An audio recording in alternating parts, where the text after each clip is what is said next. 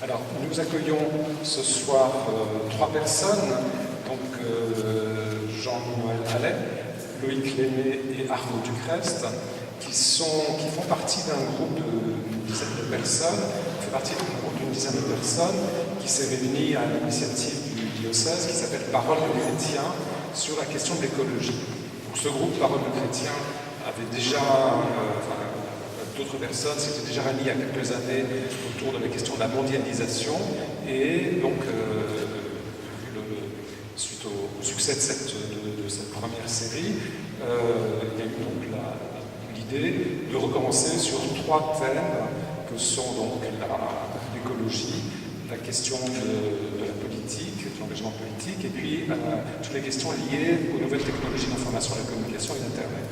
Et donc ce soir, on a forcément la présentation du travail de ces 2 années de réflexion qui ont abouti à la publication de ce livre qui s'appelle Simplicité et justice, Paroles de chrétiens sur l'écologie, que vous pouvez trouver à la sortie, sur la table de droite, et sur la table de gauche, vous avez aussi d'autres livres sur la question de toutes ces questions dont on va parler ce soir, notamment aussi un livre de Loïc Léné, donc avec la table de presse de Siloé.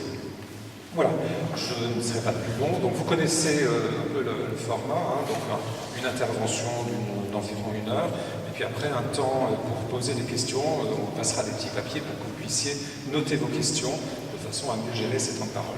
Je vous remercie. Donc je passe la parole pour que vous puissiez chacun vous présenter, et puis lancer le sujet. Oui, alors Jean-Noël Allais, je suis ex-professeur de l'Université de Nantes à la retraite. La discipline était la biotechnologie. Loïc Léné, donc professeur d'économie et gestion spécialisé en commerce international et commerce équitable et diacre du diocèse de Nantes. Et c'est moi qui ai piloté le groupe de réflexion sur l'écologie.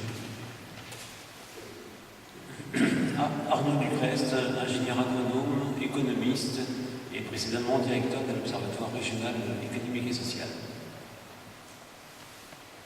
Alors je tiens à préciser, après cette présentation des trois porte-paroles du groupe, que donc le principe des groupes Paroles de chrétiens, c'est de réunir autour d'un sujet de société éclairé à partir de leurs compétences professionnelles, mais aussi bien évidemment de l'évangile et de la pensée sociale de l'Église, d'éclairer, disais-je, un sujet de société. Donc là, vous avez eu un échantillon de 3 membres du groupe. Nous étions donc une petite dizaine, avec des compétences diverses, juristes, scientifiques,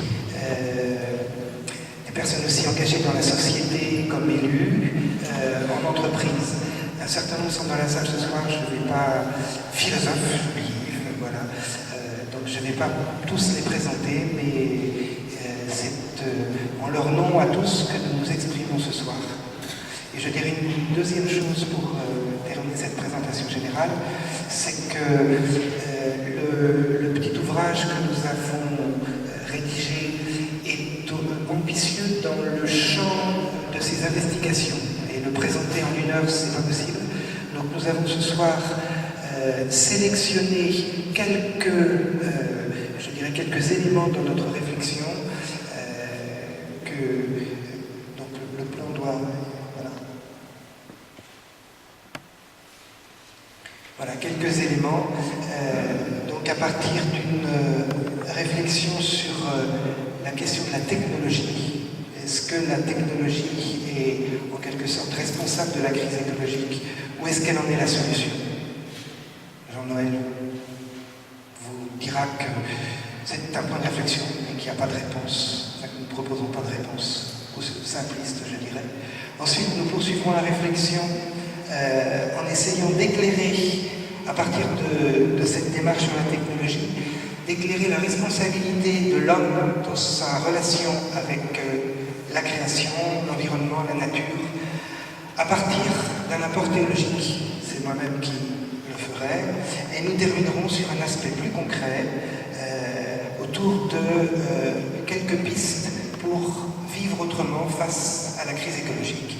et c'est le sujet que présentera Arnaud.